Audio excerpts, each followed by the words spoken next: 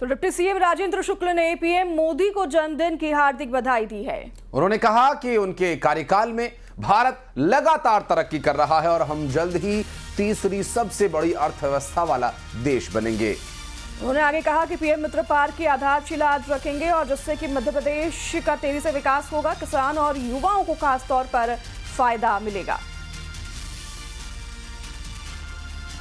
तो deputy CM Rajendra शुक्ल ने भी प्रधानमंत्री नरेंद्र मोदी को जन्मदिन की हार्दिक बधाई दी है। हार्दिक बधाई देते हुए उन्होंने सोशल मीडिया पर यह साझा की है संदेश और उन्होंने कहा कि प्रधानमंत्री नरेंद्र मोदी के कार्यकाल में भारत लगातार तरक्की कर रहा है और इसी तरह से भारत जल्द ही तीसरी अर्थव्यवस्था वाला देश भी बन जाएगा। और उन्होंने इसके साथ ही धार में बन रहे पीएम मित्र पार्क की आधारशिला आज रखी जाएगी, इसके बारे में भी जानकारी दी। और उन्होंने कहा कि इस पीएम मित्र पार्क से मध्य प्रदेश का तेजी से विकास तो होगा ही, साथ ही किसान और युवाओं को भी फायदा मिलेगा। तो भारतवर्ष को दुनिया की तीसरी सबसे बड़ी अर्थव्यवस्था बनाए जाने के लिए लगातार प्रयास हो रहे हैं और इस वक्त भारत की ओर दुनिया के कई बड़े देश टकटकी लगाकर देख रहे हैं, जिसमें ये लक्ष्य पूरा होते ही पूरी दुनिया को एक और बड़ा संदेश जाएगा। सबसे पहले तो प्रधानमंत्री जी को जन्मदिन की बहुत बहुत मैं आपके माध्यम से बहुत बधाई और शुभकामनाएं। मोदी जी ने प्रधानमंत्री बनने के बाद देश को जिस ऊंचाई पर पहुंचाने का काम किया है, वर्षों पुराना सपना देशवासियों का पूरा हो रहा है। तमाम उलझे हुए मामले उन्होंने सुलझा दिए हैं, चाहे धारा 370 हो, भगवान राम के मंदिर का निर्माण हो। वहीं दूसरी ओर देश को आर्थिक महाशक्ति बनाने का जो संभावनाएं थी, उस दिशा में भी देश बहुत मजबूती से आगे बढ़ा है। चौथे नंबर की सबसे बड़ी अर्थव्यवस्था बन गया है और हम बहुत जल्दी तीसरी सबसे बड़ी अर्थव्यवस्था बनने वाले हैं।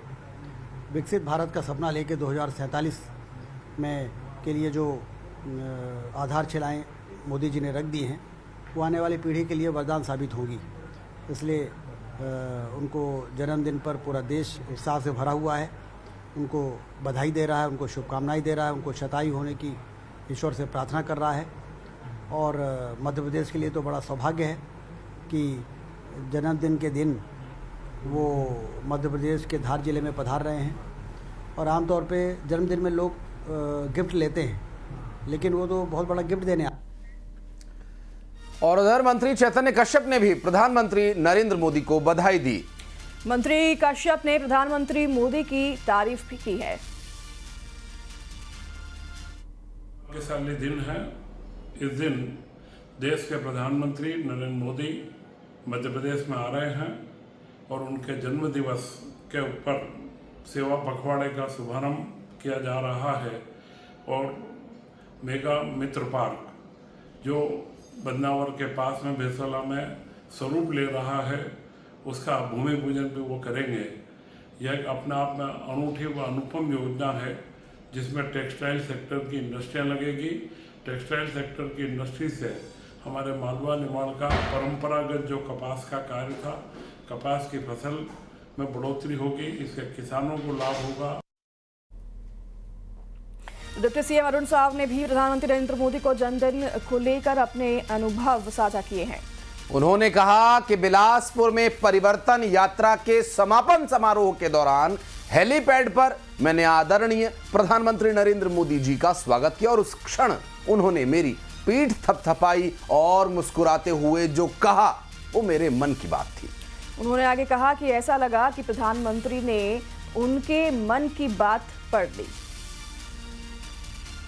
नरेंद्र मोदी जी का जन्मदिवस आ रहा है।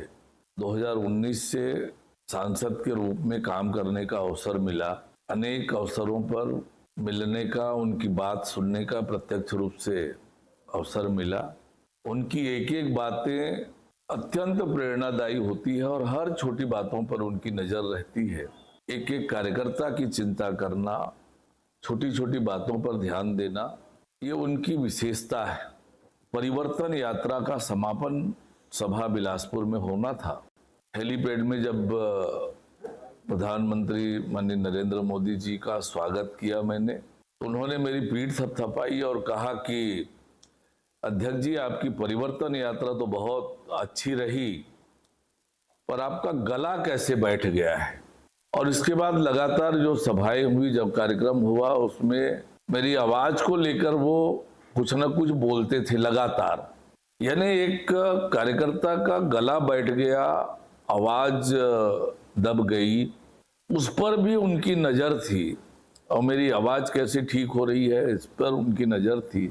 तो इस बात से समझ सकते हैं कि कितने छोटी छोटी बातों पर उनका ध्यान जाता है और इसीलिए आज दुनिया के वो सबसे लोकप्रिय नेता हैं और देश के जनमानस में अपनी छाप छोड़ चुके हैं। तो निश्चित रूप से उनका जन्म दिवस हम सबको प्रेरणादायी है। हम उन्हें बहुत बधाई देते हैं। वे यशस्वी हों, दीर्घायु। और डिप्टी सीएम विजय शर्मा ने भी प्रधानमंत्री नरेंद्र मोदी को जन्मदिन को लेकर बधाई दी है और उन्होंने कहा कि उनके नेतृत्व में ही देश बदल रहा है। और उन्होंने कहा कि अब लगातार देश के विकास के लिए वो कदम उठा रहे हैं और अब वो ऐसे कदम उठाते रहेंगे कि वो दीर्घायु हों, स्वस्थ हों, यशस्वी हों और यशस्वी हों। 75 साल की उम्र के बाद भी कहीं नहीं लगता है कि 75 की जीवटता, कितनी ऊर्जा है, कितनी सक्रियता है, ये सब हम लोग देखते हैं। मैं ईश्वर से प्रार्थना करता हूं कि वो देश की सेवा में अनवरत लगे रहें, आगे बढ़ते रहें, पुनः देश के प्रधानमंत्री बने। हमारे देश में सनातनी मान बिंदुओं के लिए सर्वाधिक आवश्यक जो था, जिससे पूरा भारतीय जनमानस पीड़ित परेशान था, ऐसे विषयों पर उनके शासनकाल में ही निर्णय हो करके भगवान राम का भव्य मंदिर अयोध्या में बनता है। 370 जैसी धारा हम क्यों ढो रहे थे ये पता ही नहीं चलता था। किस तरीके से रणनीति पूर्वक समूचे देश को विश्वास में लेकर, जम्मू कश्मीर के युवाओं को भी विश्वास में लेकर 370 की धारा समाप्त करने का काम। और प्रधानमंत्री नरेंद्र मोदी का जन्मदिन क्यों खास है, ये लोगों को कैसे पता चलेगा? क्योंकि लोगों को मिलने वाला उपहार जो उनके जीवन भर उनके काम आने वाला है, इससे उनके जीवन में आने वाले बदलाव से उन्हें ये पता चलेगा, वो जीवन भर याद रख सकेंगे कि ये उन्हें किस अवसर पर मिला था। और इसी को लेकर के आज का दिन बहुत ही महत्वपूर्ण है मध्य प्रदेश के लिहाज से। और हमारे सहयोगी शैलेंद्र लगातार हमारे साथ जुड़े, उनसे बात करेंगे। शैलेंद्र, प्रधानमंत्री नरेंद्र मोदी धार की यात्रा पर रहेंगे। धार का ये दौरा, क्योंकि आज प्रधानमंत्री नरेंद्र मोदी का जन्मदिन है इसलिए तो ये विशेष है ही, लेकिन इसके अलावा और क्या कुछ विशेषताएं रहेंगी इस धार के आगमन को लेकर के? क्या तैयारियां हैं, क्या कुछ है डिटेल्स अपने पास?